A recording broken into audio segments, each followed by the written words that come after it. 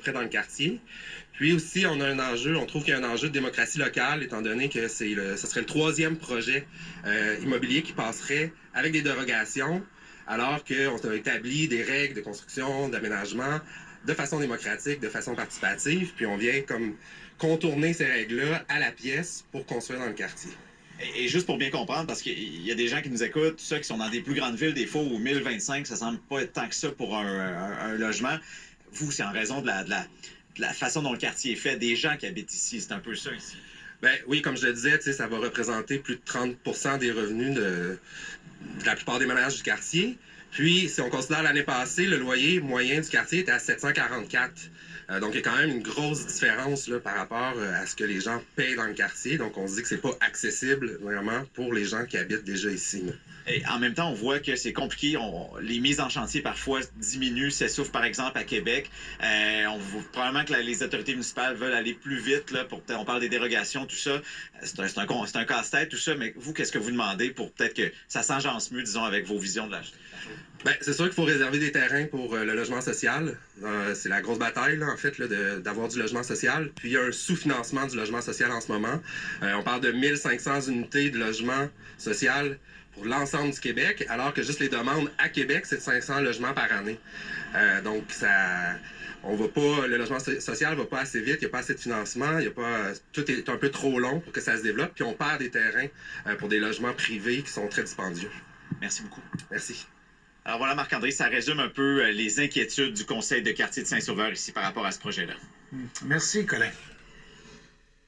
Encore une histoire qui rappelle de faire attention aux brosses pour nettoyer les barbecues. Là, c'est en Colombie-Britannique, un homme a eu 22 points de suture à l'abdomen à cause d'un tout petit poil métallique. Ça, c'est les brosses qu'on retrouve au printemps puis qu'on se dit « Hey, c'est vrai, je pourrais utiliser ça pour nettoyer c'est ça, pour nettoyer les grilles. Ouais. Il se demandait bien ce qui lui arrivait d'ailleurs, cet homme. Oui. Je vous dis tout de suite, la cicatrice est assez impressionnante. Vous allez voir des images. Alors, c'est un homme de 60 ans qui s'est retrouvé malade après avoir mangé de l'orignal grillé sur le barbecue.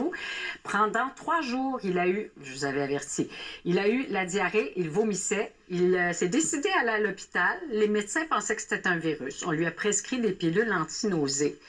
Se sont ajoutées 2 autres journées. Il n'allait pas mieux. Il est retourné à l'hôpital. Encore là, on lui a prescrit des pilules contre les vomissements. Son état a continué de se détériorer, sa pression était en train de monter, son rythme cardiaque devenait irrégulier et il avait de la difficulté à manger. Et c'est seulement finalement à sa 3e visite à l'urgence qu'il a subi une radiographie et parce que sa conjointe demandait « Écoutez, là, ça se peut pas, il y a quelque chose. » Et on a vu la présence d'un objet dans son intestin grêle, le fameux fil métallique poussait sur son pancréas. Les médecins ont dû lui ouvrir l'abdomen pour retirer le fil métallique. Tout petit, là, Non, ça prend pas grand-chose, c'est ce qu'on comprend. Entre le 1er avril 2011 et le 14 juillet 2022, en l'espace de 10 ans, il y a 38 cas de blessures liées à l'ingestion ou à l'inhalation, même des poils de brosse qui ont nécessité une visite aux urgences quand même. Et depuis 2019, il y a des étiquettes d'avertissement qui doivent accompagner le produit et les fabricants doivent faire des tests pour réduire le risque que des fils métalliques se détachent de la brosse. Et vous savez, Santé Canada recommande de les changer à chaque saison.